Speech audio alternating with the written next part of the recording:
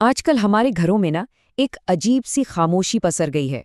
बंद दरवाजों के पीछे जहां परिवारों को एक साथ होना चाहिए, वहां पता है क्या हो रहा है? एक गहरा संकट पनप रहा है। आज हम इसी खामोशी के जानलेवा नतीजों को देखेंगे, सोनम रघुवंशी की एक ऐसी कहानी के जरिए जो सच में चौंकाने वाली है। सोचिए, ये एक लाइन आज के परिवारों की पूरी तस्वीर खींच देती है कि एक ही छत के नीचे रहते हुए भी लोग एक दूसरे के लिए कैसे अजनबी बन गए हैं। ऐसा लगता है जैसे पैसों के अलावा शायद ही कोई और रिश्ता बचा हो।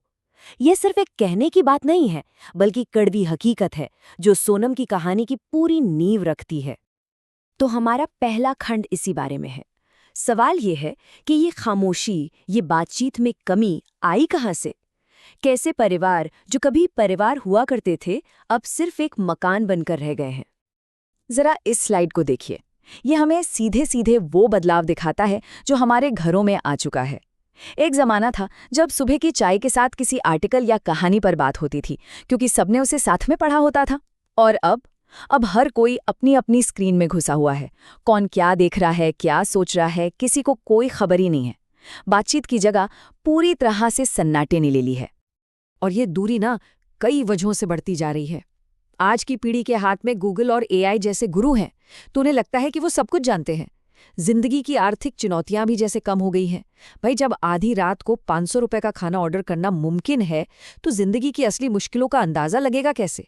और नतीजा ये है कि माता पिता और बच्चों के बीच एक इतनी बड़ी खाई बन गई है जिसे भरना बहुत मुश्किल लग रहा है। लेकिन सबसे बड़ा सवाल तो ये है कि जब ये खामोशी और अविश्वास अपनी सारी हदें पार कर जाते हैं, तो इसका अंजाम क्या होता है? और इसका जवाब हमें मिलता है इंदौर की एक सच्ची घटना में। तो अब हम आते हैं कहानी के उस हिस्से पर जो इस खामोशी का सबसे भयानक अंजाम दिखाता है। एक नई नवेली दुल्हन सोनम रघुवंशी और उसके हाथों हुआ एक खौफनाक अपराध। उसकी उम्र सोचिए, महज 24 साल थी। एक ऐसी उम्र जब जिंदगी तो बस शुरू हो रही होती है। वो एक अच्छे खाते पीते सम्मानित परिवार से थी। उसकी शादी भी बड़ी धूमधाम से हुई थी। मतलब बाहर से देखने में सब कुछ बिल्कुल परफेक्ट लग रहा था। लेकिन शादी के कुछ ही दिनों बाद उस पर अपने ही पति राजा रघुवंशी की हत्या का आरोप लगा।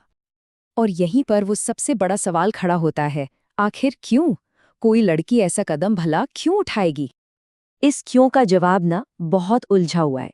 ये जाति के अभिमान में, दौलत की चाहत में और परिवार के एक गहरे डर में छिपा है। आइए इसे थोड़ा खोलकर समझते हैं।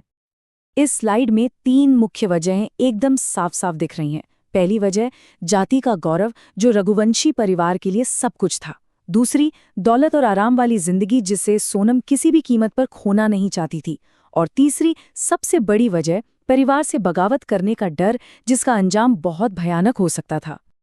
देखिए, रघुवंशी होना सिर्फ एक जाति का टैग नहीं है, ये एक पूरी पहचान है।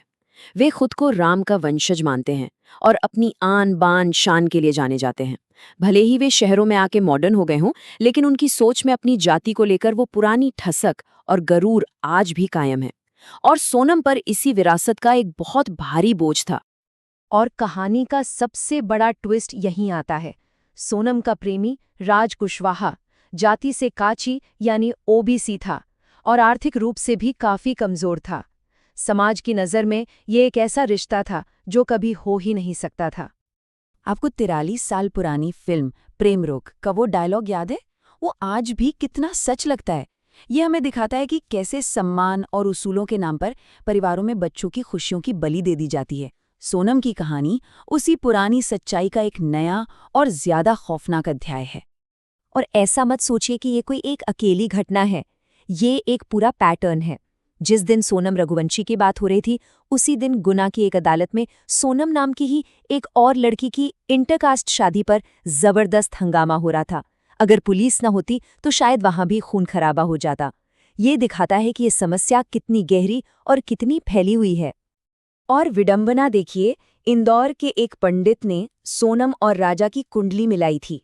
दोनों की कुंडली में मंगल दोष था, जिसे ज्योतिष में शादी के लिए अच्छा नहीं माना जाता।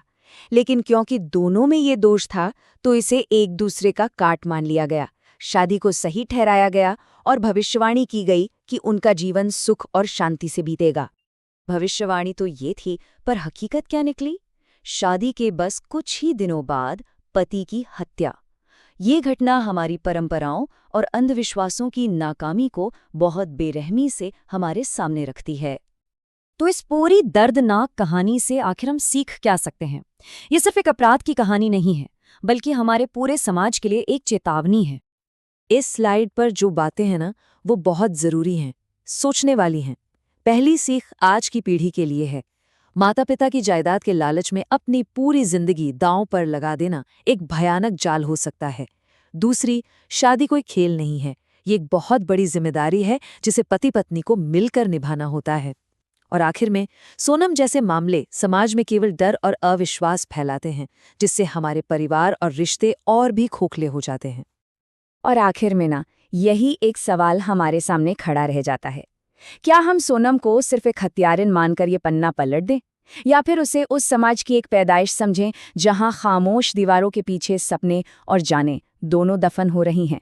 फैसला हमारा है, लेकिन सोचना बहुत जरूरी है।